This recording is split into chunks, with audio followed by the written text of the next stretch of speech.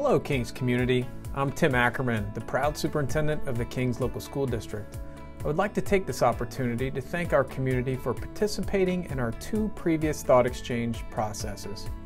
We took all of our feedback seriously and used it to create a final master plan draft that we are presenting to you in this video. Some of the main takeaways from the exchanges include keeping the high school campus near current facilities, keep our neighborhood schools, the need for more space at the high school, be cost-effective but build for the future, and small class sizes. Our long-range facilities planning team also added that we need to address the parking at all buildings, the need for larger fine arts facilities, the need for a larger high school gymnasium and auditorium, and the plans for a future operating levy. One other factor that was important in the facility planning process was the availability of viable land in our district. Many of the land options that were investigated were either very expensive or didn't have viable topography to build a school. Let's take a look at this master plan draft together.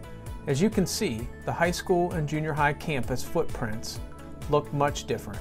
In this final draft, you will see that we are recommending demolishing the current Kings Junior High School and build a new grade 6 through 8 middle school that would accommodate 1,200 students. Our community's feedback told us to try to keep our athletic facilities and schools in close proximity. By demolishing the junior high, we can add on to our current high school configuration. With this plan, we would also relocate our bus garage to another property off campus. You can also see the addition of a new softball diamond where the current bus garage sits. As you look at this plan, please know that this isn't necessarily what the buildings will look like. It is only used as a placeholder for the plan.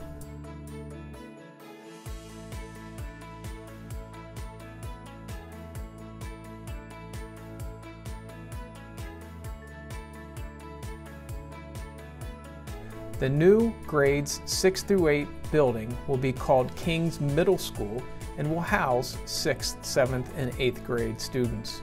The new middle school will be 3 stories, and students and parents and staff will enter on the 2nd floor. The amenities that this brings is additional much needed parking of 1,000 new spaces. Our current configuration offers only 350 parking spaces campus-wide.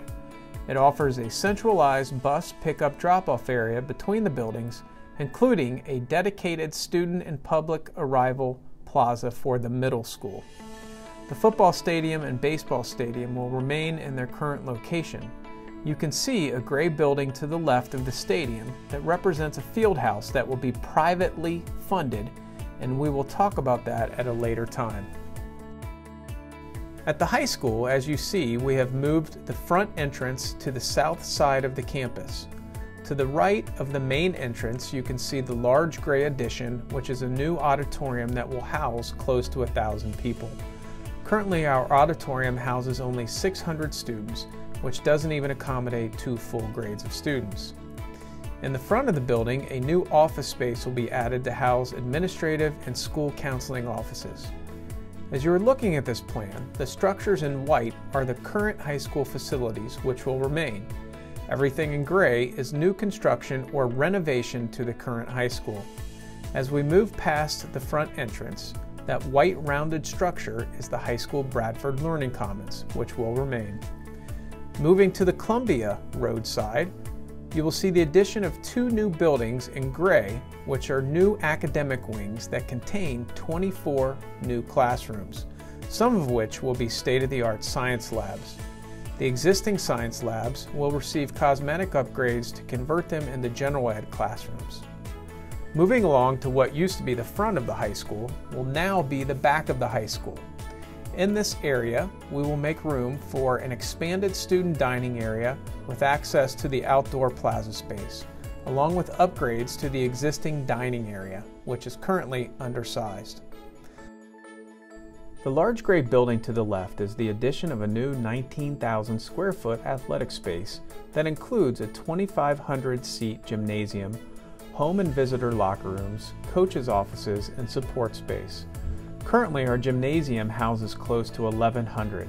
In the new plan, the old gymnasium will be used for additional classroom space for physical education and for extracurricular activities. Additionally, the current theater stage space will be renovated into classroom space for band, choir, and orchestra. Part of the new building plan will be to look at the internal classroom spaces at the high school to update and meet the instructional practices that we want for our students and staff. Another part of this plan includes making some additions to Columbia Intermediate School. We listened to the community's feedback in our Thought Exchange when they told us that they wanted to keep the neighborhood schools, so we changed the grade configuration to make CIS 4th and 5th grade, and then all of the elementary schools will become kindergarten through 3rd grade schools. In this plan, we will make a 6th classroom addition to Columbia. We are evaluating J.F. Burns to determine what needs the building has immediately and into the future. Options include partial tear down and rebuild, renovations, and possibly redrawing elementary attendance lines to help with the growth and overcrowding. A project of this size is going to cost somewhere between $85 to $90 million. We will have to put a bond issue on the ballot in calendar year 2019. The district is working with the Ohio Department of Education and the Warren County Auditor to determine the amount of millage we will need to ask the taxpayers of the Kings District to fund the project. There are many factors that affect millage rates, such as home and construction appraisals and interest rates. We have been told that we should know more concrete details of millage rates by early January 2019. In the last Thought Exchange, there were questions about when the next operating levy would take place. The district has seen no increase in state funding since 2010, so the passage of the 2016 operating levy was crucial. We promised that the 2016 levy would last 3 years. We are happy to report that we believe we can stretch the funds out 1 or 2 more years. Thank you so much for taking time out of your busy life to give us your feedback. To recap, we are asking for your thoughts on the proposed additions and renovations to the high school, a new 6th through 8th grade middle school, classroom additions to Columbia, and future plans for J.F. Burns. Together, we will find a plan that will carry the Kings District into the future.